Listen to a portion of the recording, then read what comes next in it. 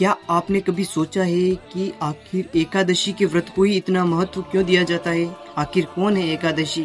दरअसल इसके पीछे की कहानी एक बार एक मूर नाम का अत्यंत शक्तिशाली राक्षस था। तो उसने शक्ति के अहंकार में आकर सभी देवताओं को परेशान करना शुरू कर दिया और उसने युद्ध में सभी देवताओं को हरा दिया था। फिर सभी देवता मिलकर भगवान विष्णु के पास पहुंचे। भगवान विष्णु ने फिर उनका निवारण करते हुए उन्होंने कहा कि मैं स्वयं उस राक्षस से युद्ध करूंगा।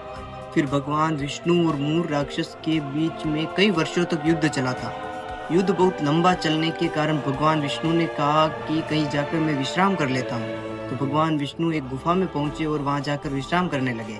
तो मूर राक्षस भी भगवान विष्णु के पीछे पीछे गया और वहां जाकर देखा तो भगवान विष्णु आगे सो रहे थे। तो उस मूर राक्षस ने कहा कि यही समय है सही भगवान विष्णु को मारने का। तो भगवान विष्णु के पास वो तलवार लेकर पहुंचा ही था कि भगवान विष्णु के शरीर से एक दिव्य देवी उत्पन्न हुई, जिसे हम एकादशी के नाम से जानते हैं। फिर एकादशी और उस मूर राक्षस के बीच भीषण युद्ध हुआ और उस युद्ध में देवी शक्तिशाली होने के कारण उस मूर राक्षस का अंत कर दिया। फिर भगवान विष्णु की नींद खुली और भगवान विष्णु ने पूछा कि देवी कौन हो आप? तो उन्होंने सब बात बताई और राक्षस आपके पास आया और फिर मैंने उसका वध कर दिया।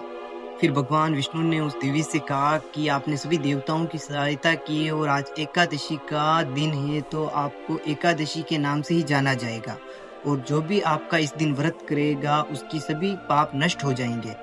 तो आशा करता हूँ कि आपको यह जानकारी अच्छी लगी होगी। तो वीडियो को लाइक और चैनल को सब्सक्राइब करना मत भूलना। राधे राधे।